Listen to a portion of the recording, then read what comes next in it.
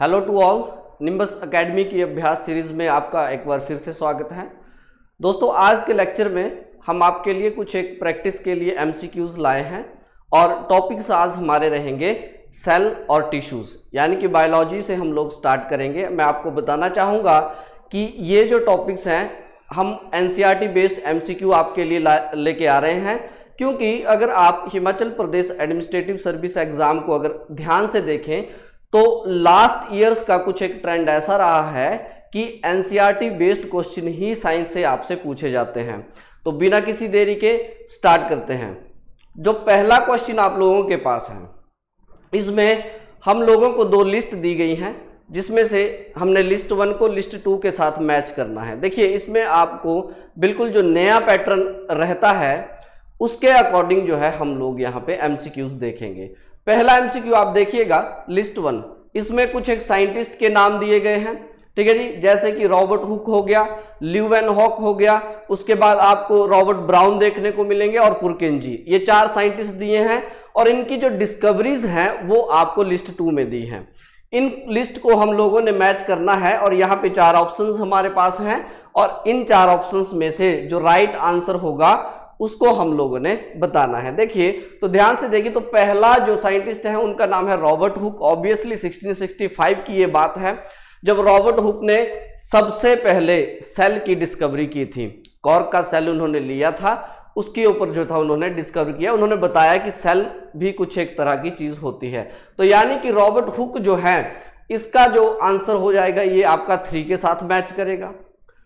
वहीं अगर हम बात करें ल्यूवेनहॉक की, इन्होंने सबसे पहले लिविंग सेल जो था, वाटर पॉन्ड से लिविंग सेल के ऊपर जो था इन्होंने इसकी डिस्कवरी की थी, लिविंग सेल को इन्होंने देखा था। तो ऑब्वियसली ल्यूवेनहॉक की अगर बात करें तो इनके साथ स्टेटमेंट 1 जो है वो सही होगी, discovered the free living cell in pond. वहीं बात करें हम रॉबर्ट ब्राउन की, तो रॉबर्ट ब्राउन की अगर हम बात करें माय डियर, तो ऑब्वियसली इन्होंने जो है बताया था कि सेल के अंदर न्यूक्लियस होता है। एक और अनाउंसमेंट मैं आपको कर दूं कि इस सीरीज के बाद हम आप लोगों के लिए एक कॉम्प्रिहेंसिव एनसीईआरटी सीरीज लेके आएंगे, जिसमें हर एक चैप्टर को अच्छे से डिस्कस किया जाएगा। तो रॉबर्ट ब्राउन जो है, इन्होंने डिस्कवरी की थी न्यूक्लियस ऑफ सेल की। तो फिर पुरकेंजी की बात करें तो ऑब्वियसली इन्होंने एक टर्म दी थी प्रोटोप्लाज्म। तो इसका जो राइट आंसर हो जाएगा, तो आप देखते हैं, तो ए के साथ अगर 2 हम लोग यहाँ पे देखेंगे, एक ए के साथ अगर हम 3 यहाँ पे देखते हैं, तो इसका राइट आंसर जो है वो हो जाएगा जी बी। बढ़ते हैं अगले क्वेश्चन की तरफ। क्वेश्चन नंबर 2 आपको बोल रहा है, यहां भी 2 लिस्ट हमारे पास दी हुई हैं, इन दोनों लिस्ट को हम लोगों ने मैच करना है। एक तरफ हमें कुछ सॉल्यूशन दिए हैं और प्रोसेस दी है, और दूसरी तरफ जो है इनके बारे में पूछा गया है कि किस तरह की ये चीजें होती हैं। देखिए, मैं बताना चाहूंगा कि सेल जो है it also obey the law of diffusion, ठीक है जी, यानी कि जो सेल के अंदर जो है अगर जो पानी की एंट्री होती तो ऑस्मोसिस के थ्रू है, ठीक है जी, ऑस्मोसिस प्रोसेस होती है, उसके थ्रू जो है पानी की एंट्री होती है सेल में। लेकिन लॉ ऑफ डिफ्यूजन जो है वो ओबे करता है, ठीक है जी, पानी जो है। डिफ्यूजन ये समझ लीजिए कि किसी भी मटेरियल की हायर कंसंट्रेशन से लोअर कंसंट्रेशन में जब मूवमेंट होती है, ठीक है जी, उसको डिफ्यूजन कहेंगे। तो पानी जो है ये भी लॉ ऑफ डिफ्यूजन जो है वो हमारा फॉलो करता है, ठीक है जी। उसी के ऊपर ये 3 सॉल्यूशन जो है बनते हैं। देखो, 3 ही कंडीशंस बनती हैं हमेशा, और एक जो है यहाँ पे प्रोसेस दी है। देखेंगे तो पहला दिया है हाइपोटोनिक सॉल्यूशन, उसके बाद है हमारे पास आइसोटोनिक, देन उसके बाद है हाइपरटोनिक। ये 3 सॉल्यूशन है, और एक प्रोसेस है एंडोसाइटोसिस, ठीक है जी। दूसरी साइड हमें दिया है लिस्ट 2 में, that the no net movement of water across the cell membrane, then उसके बाद water enters the cell and cell likely to swell up, then उसके बाद दिया है the water comes out of the cell therefore the cell will shrink, और उसके बाद दिया है amoeba acquire its food, ठीक है जी। तो यहां पे ध्यान से देखिएगा, अगर मैं आपको बताऊं तो एंडोसाइटोसिस माय डियर ये एक ऐसी प्रोसेस है जिसके थ्रू अमीबा अपना खाना लेते हैं, अपना भोजन जो है वो एक्वायर करते हैं, यानी कि डी के साथ यहाँ पे 4 आ जाएगा। तो आप देखेंगे 4 जो है यहाँ पे सभी ऑप्शंस में दिया हुआ है, ठीक है। तो उसके बाद बात करते हैं हाइपोटोनिक, आइसोटोनिक और हाइपरटोनिक। आइसोटोनिक सॉल्यूशन में क्या होता है, ठीक है जी, आगे मैं बताऊंगा अगली नेक्स्ट स्लाइड में आपको। फिलहाल के लिए ये जानिए, आइसोटोनिक सॉल्यूशन में कोई भी नेट मूवमेंट नहीं होगी पानी की, ठीक है। और जो सेल का साइज है वो हमेशा सेम ही रहेगा, यानी कि बी के साथ हम यहाँ पे 1 जो है वो लगा सकते हैं, ठीक है जी। तो बी के साथ 1 यहाँ पे बी और सी ऑप्शंस के साथ है, ठीक है जी। उसके बाद बात करते हैं हाइपोटोनिक सॉल्यूशन की। हाइपोटोनिक सॉल्यूशन की अगर हम बात करें, ठीक है जी, तो इसमें water enter the cell and cell is likely to shrink, ठीक है जी। तो अगर आंसर की बात करें तो ऑब्वियसली आंसर हो जाएगा सी। ए के साथ यहां पे हम देखेंगे 2, यानी कि the water enter the cell and cell is likely to swell up. Hypotonic solution में क्या होगा, जो सेल होता है वो फूलता है। आइसोटोनिक सॉल्यूशन में सेल का साइज सेम रहता है, ठीक है जी, और जो वाटर मूवमेंट है वो नेट 0 रहती है।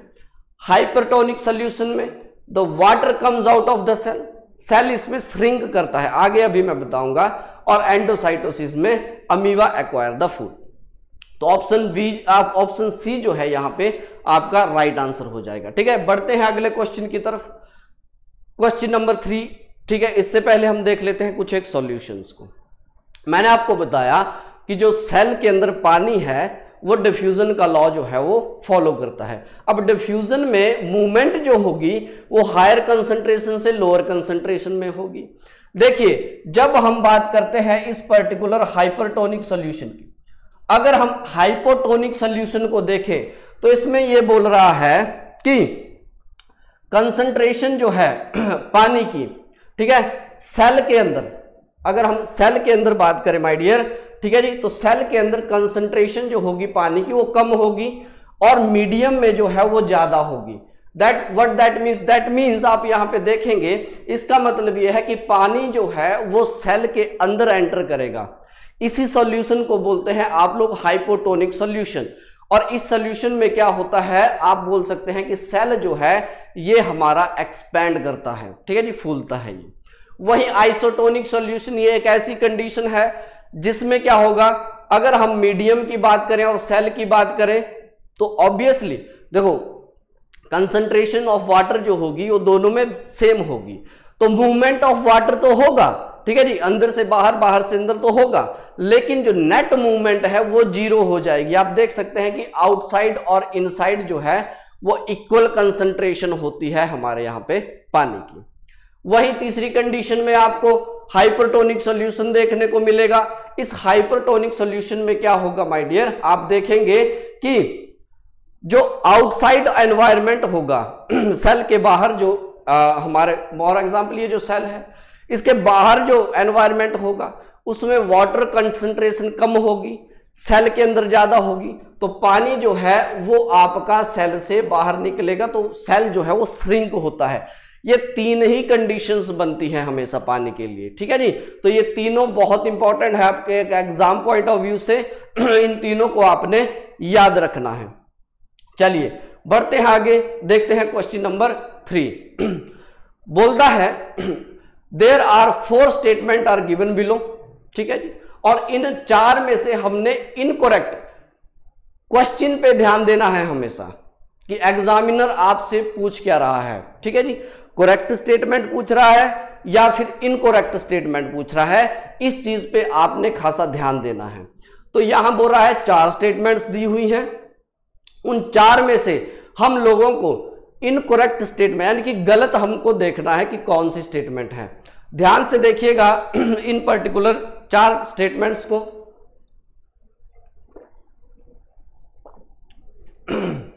चलिए देखो, पहली स्टेटमेंट बोलती है the plant cell wall is mainly composed of cellulose, यानी कि जो प्लांट की सेल वॉल होती है वो सेलुलोज की बनी हुई होती है, और ये जो सेलुलोज होता है ये एक कॉम्प्लेक्स सब्सटेंस है which provide the strength to the plant. दूसरी statement, only living cell are able to observe the water by osmosis. तीसरी स्टेटमेंट बोलता है the chromosome, mitochondria and plastids they all contain DNA. Then fourth one है cytoplasm is the fluid content inside the plasma membrane. 4 statements दी हुई हैं, हमसे पूछा है कि गलत स्टेटमेंट हम लोगों को बतानी है। तो इस क्वेश्चन को ध्यान से देखिएगा। इस क्वेश्चन में ये चारों की चारों बिल्कुल सही है माय डियर, कि प्लांट सेल जो है ये सेलुलोज की, जो प्लांट सेल वॉल होती है ये हमारी सेलुलोज की ही बनी हुई होती हैं। तो ये स्टेटमेंट तो बिल्कुल सही है।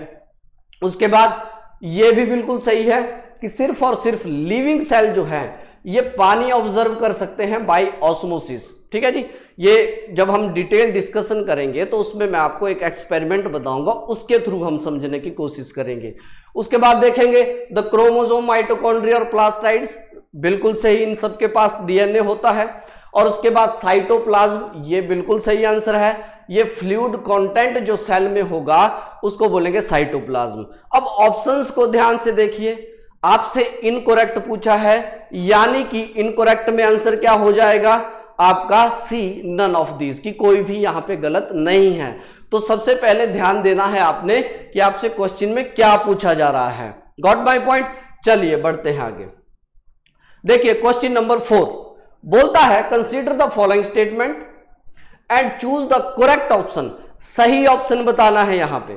ठीक है जी, तो statement 1, size of eukaryotic cell is varies from 5 to 100 micrometer. Ribosome is the site of protein synthesis in cell. The function of endoplasmic reticulum. देखो ये सारी चीजें क्या है ना, सेल है, सेल के अंदर जो है कुछ एक ऑर्गेनेलीज होते हैं, कुछ एक कंपोनेंट्स होते हैं, उनके ये नाम है।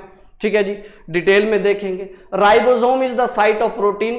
ठीक है जी, उसके बाद the function of endoplasmic reticulum is serve as the channel for the transport of material specially protein between various region of cytoplasm. ठीक है जी, तो यानी कि जो एंडोप्लास्टिक रेटिकुलम है, ठीक है जी, एक ब्रांच, एक आप बोल सकते हैं बाउंडेड, एक तरह से ग्रुप ऑफ ब्रांच होता है, एक नेटवर्क होता है ये। तो ऑब्वियस सी बात है ये ट्रांसपोर्ट का ही काम करता है। फिर उसके बाद देखेंगे the surface of endocrine reticulum. अब ये जो एंडोप्लाज्मिक रेटिकुलम होता है माय डियर, इसकी मैं अगर बात करूं तो ये दो तरह का होगा, एक तो रफ होगा और एक स्मूथ होगा। उसमें पूछा है कि इसका जो सरफेस है वो रफ क्यों होता है, क्योंकि because ribosome is attached to it. ठीक है जी, तो ये 4 स्टेटमेंट दी हुई हैं।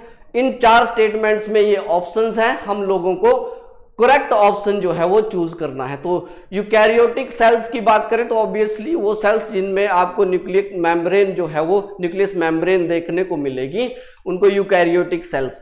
तो ये थोड़े से आपके लार्ज होते हैं साइज में, तो ऑब्वियसली इनका साइज जो है 5 से 100 माइक्रोमीटर तक वेरी कर सकता है। राइबोसोम बिल्कुल सही जवाब है ये। जब आप स्टेटमेंट 4 को देखेंगे तो यहां पे ये जो एंडोक्राइन रेटिकुलम लिखा हुआ है, इसका जो सरफेस है वो रफ इसलिए होता है क्योंकि इसके ऊपर राइबोसोम होता है, और राइबोसोम में प्रोटीन बनेगा। ठीक है जी, और उस प्रोटीन को जो है वो ट्रांसफर किया जाएगा वेरियस पार्ट्स में, साइटोप्लाज्म में। ठीक है जी, तो ये स्टेटमेंट बिल्कुल सही है 4th वन वाली, और सेकंड जो है ये भी बिल्कुल सही है। थर्ड स्टेटमेंट को देखें तो ऑब्वियस सी बात है, जब राइबोसोम पे प्रोटीन बनेगा तो उसको ट्रांसपोर्ट करने के लिए भी तो मीडियम चाहिए।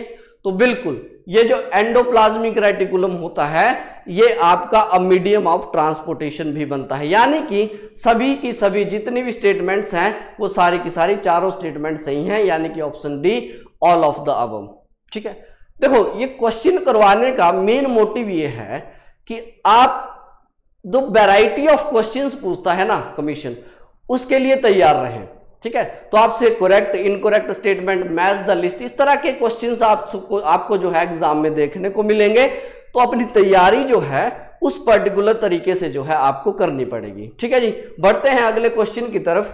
क्वेश्चन नंबर 5 को अगर देखें तो यहां भी हम लोगों को मैच करना है लिस्ट 1 को लिस्ट 2 के साथ। ध्यान से इस क्वेश्चन को देखिए, लिस्ट 2 को लिस्ट 1 के साथ जो है हमने मैच करना है।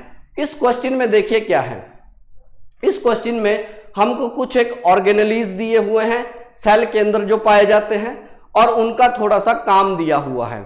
ठीक है जी, तो जैसे गोल्गी अपरेटस की बात करें, दूसरा लाइसोसोम दिया हुआ है, देन उसके बाद हमारे पास माइटोकॉन्ड्रिया है, और माइटोकॉन्ड्रिया के बाद ल्यूकोप्लास्ट है।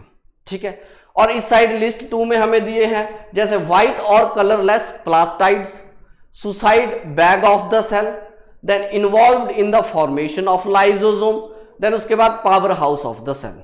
देखिए ये जो गोल्गी अपरेटस होते हैं, पहले तो बात करते हैं लाइसोसोम की, ठीक है जी। अब लाइसोसोम जो है इनकी फॉर्मेशन तो चलो देखेंगे। लाइसोसोम जो है इनको माय डियर बिल्कुल सही जवाब है ये, ठीक है जी। बी के साथ यहाँ पे 2 हमने मैच करना है।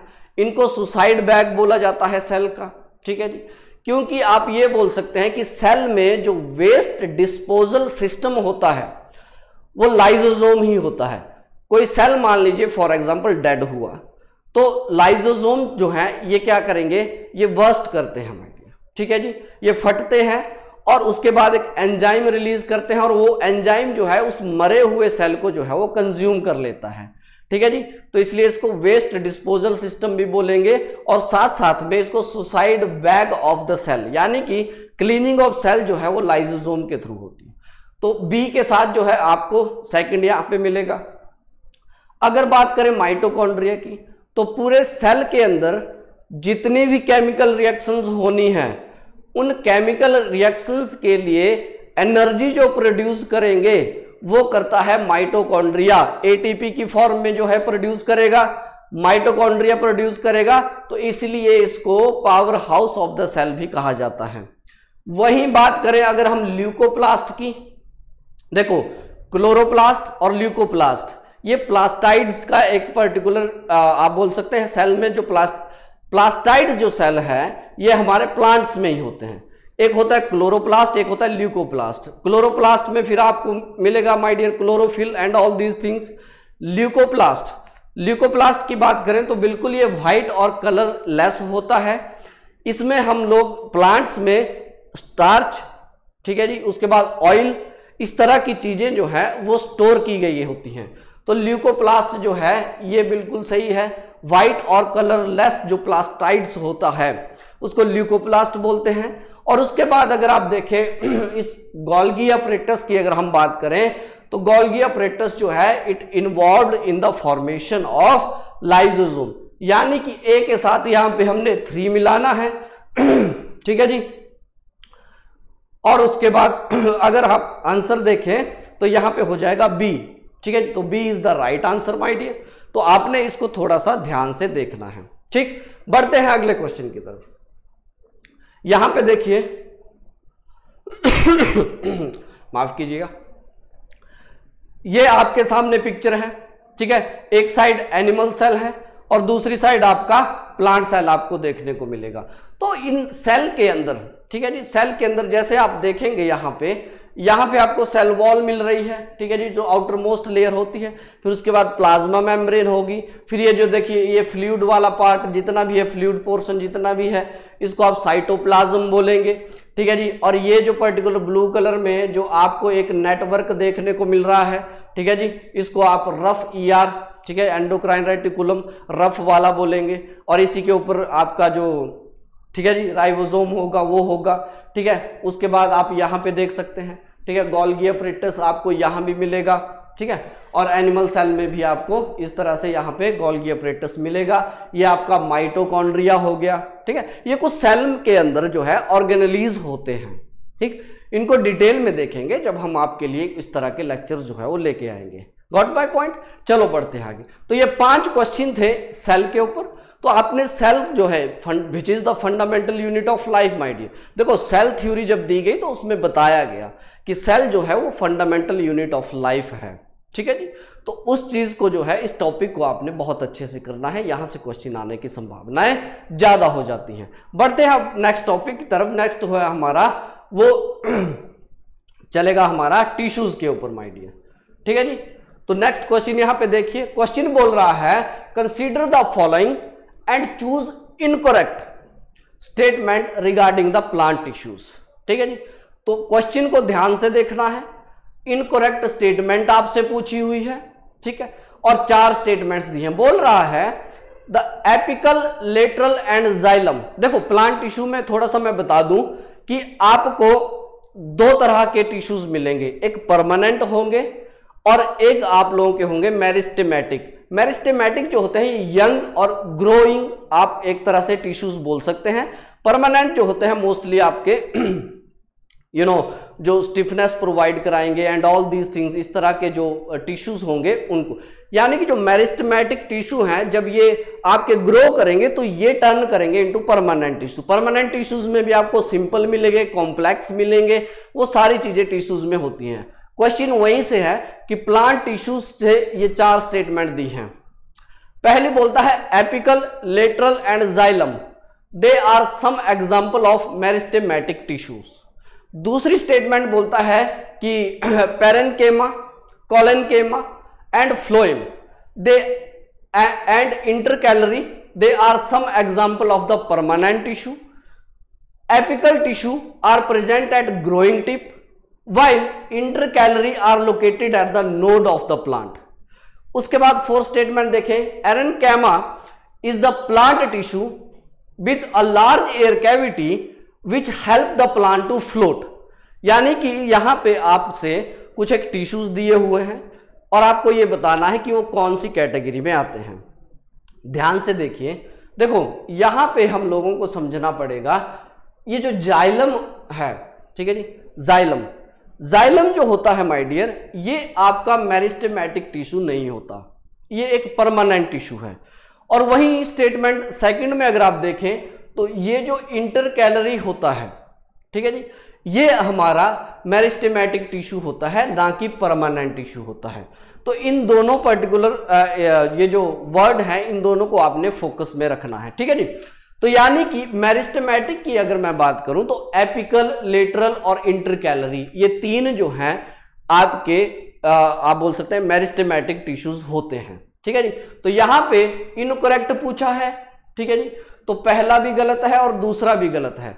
ऑप्शन आपके सामने है तो ए आंसर जो है इसका हो जाएगा, यानी कि 1 एंड 2 ओनली जो है ये आपका गलत है। इनकरेक्ट स्टेटमेंट चूज करनी है, आपने ध्यान से देना है थोड़ा सा, ठीक है जी। चलो बढ़ते हैं आगे, बात करते हैं नेक्स्ट इंपॉर्टेंट क्वेश्चन की, which is the question number 7 my dear. यहां पे एक तरफ हम लोगों को कुछ एक पर्टिकुलर टिश्यूज दिए हैं और दूसरी तरफ इनका काम हम लोगों को दिया है और ये 4 ऑप्शंस हैं, इनको हमने मैच करना है। लिस्ट 1 में जैसे स्क्लेरेन्केमा हमारे पास एक टिश्यू दिया है, देन एपिथेलियल टिश्यू दिया है, then ligament is a tissue my dear, और उसके बाद कार्टिलेज टिश्यू हमारे पास दिया हुआ है। लिस्ट 2 में आप देखेंगे तो यहां पे पहला ऑप्शन है the covering and protective tissue in the body, tissue connecting the bones, obviously tissue connecting 2 bones my dear, ऐसा टिश्यू जो बोन्स को कनेक्ट करता है। The husk of coconut is made, उसके बाद the smoothen bone surface of joints, ठीक है जी। तो यहां पे आप देखेंगे ये जो स्क्लेरेन्केमा जो आपका एक टिश्यू है, ये प्लांट टिश्यू है माय डियर, तो इसकी अगर हम बात करें तो ध्यान से देखना है कि ये जो स्क्लेरेन्केमा होता है इसी से बना होता है द हस्क ऑफ कोकोनट, यानी कि एक के साथ यहां पे आपको 3 देखने को मिलेगा, हालांकि एक ही ऑप्शन में 3 है लेकिन फिर भी और भी देखते हैं। एपिथेलियल टिश्यूज की बात करें तो माय डियर ये एनिमल टिश्यू है और ये हमारे क्या हैं, कवरिंग और प्रोटेक्टिंग टिश्यू हैं हमारी बॉडी के। फॉर एग्जांपल स्किन हो गया, ठीक है जी, तो स्किन जो है वो हमारा एपिथेलियल टिश्यू है, ठीक है। उसके बाद लिगामेंट की बात कर लेते हैं, तो लिगामेंट जो है ये भी एनिमल टिश्यू है और ये एक कनेक्टिव टिश्यू है, ठीक है जी। तो लिगामेंट जो है कनेक्टिव टिश्यू है, दैट मीन्स आप ये बोल सकते हैं the tissue connecting the 2 bones. और रहा हमारा कार्टिलेज, तो कार्टिलेज के लिए my dear the smoothen bone surface of joint जो है ये यहाँ पे आपका मिलेगा, यानी कि आप देखेंगे यहाँ पे तो ए के साथ 3 है, बी के साथ 1 है माय डियर, तो यहाँ पे 3 और 1 आपको यहाँ पे देखने को मिलेगा, यानी कि राइट आंसर जो है यहाँ पे हो जाएगा ऑप्शन नंबर बी। बढ़ते हैं अगले क्वेश्चन की तरफ, क्वेश्चन नंबर 8 इंपॉर्टेंट है। देखो सीरीज का नाम है अभ्यास, आप जितने क्वेश्चंस प्रैक्टिस करेंगे, ठीक है जी, उतना ही आपका आप बोल सकते हैं मेंस लिखने के चांसेस ज्यादा होंगे। तो ज्यादा से ज्यादा जो है इस वीडियो को आपने देखना है और शेयर भी करना है, ताकि और जो पर्टिकुलर स्टूडेंट हैं हमारे वो भी इस चीज का फायदा उठा सके और साइंस वाले सेक्शन से 100% जो है आप सक्सेस पा सके, ठीक है जी। तो क्वेश्चन नंबर 8 देख लेते हैं। Consider the following and choose the incorrect statement. Incorrect statement बतानी है रिगार्ड द प्लांट टिश्यूज। ठीक है जी, 4 स्टेटमेंट्स दी हुई हैं। पहली स्टेटमेंट देखिए, the most of the tissues in the plants have dead cells. जितने भी मैक्सिमम टिश्यूज होंगे प्लांट में वो डेड सेल्स होते हैं उनमें। पहली statement. Collenchyma is a plant tissue which allow the binding of various parts of plants like stems to climber without breaking। यानी कि द मूवमेंट जो होती है आपके, जैसे क्लाइंबर प्लांट्स होते हैं, उनकी जो मूवमेंट होगी माय डियर, उस मूवमेंट को अलाउ करता है कोलेनकाइमा टिश्यू। ये स्टेटमेंट में पूछा जा रहा है।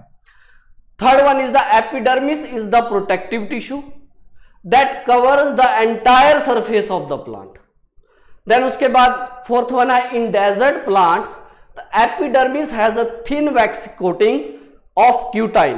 क्यूटाइन एक केमिकल सब्सटेंस है, ठीक है जी, विद वाटर प्रूफ क्वालिटी। ठीक है जी, 4 स्टेटमेंट्स में हमारे पास दी हुई हैं। तो इन 4 स्टेटमेंट्स को ध्यान से देखिए। पहली बात, ये बिल्कुल सही है, प्लांट्स जो टिश्यूज होते हैं उनमें मैक्सिमम आपको डेड सेल देखने को मिलेंगे।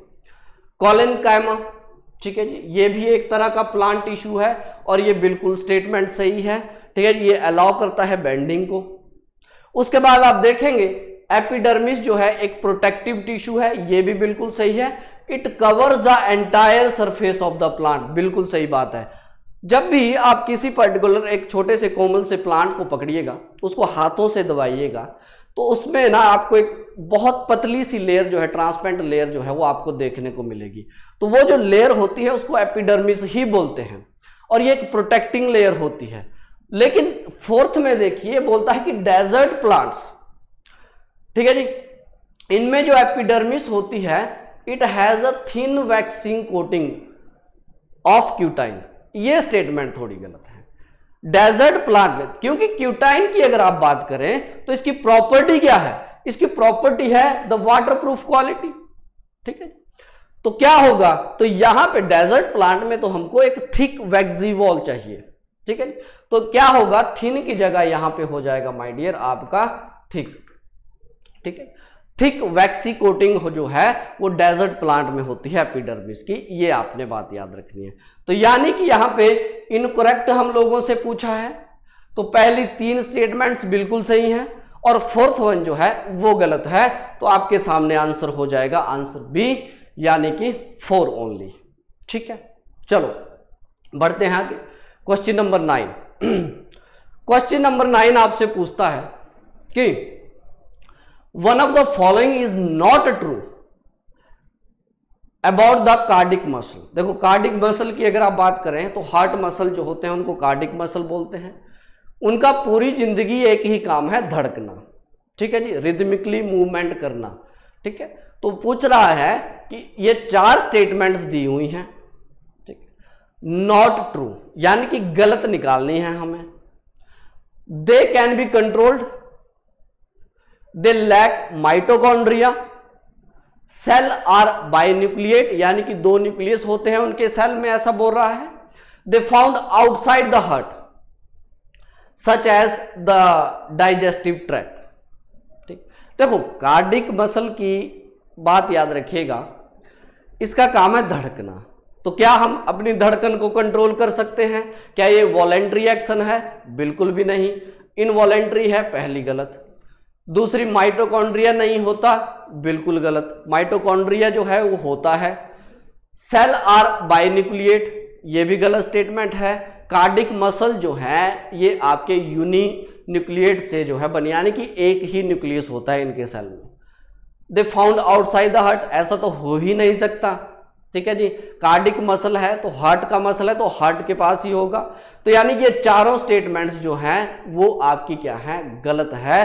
तो आंसर आपके सामने है स्क्रीन के ऊपर, यानी कि इसमें आंसर क्या हो जाएगा, D, all of the above. ठीक है, यानी कि सभी की सभी क्या है वो गलत स्टेटमेंट्स।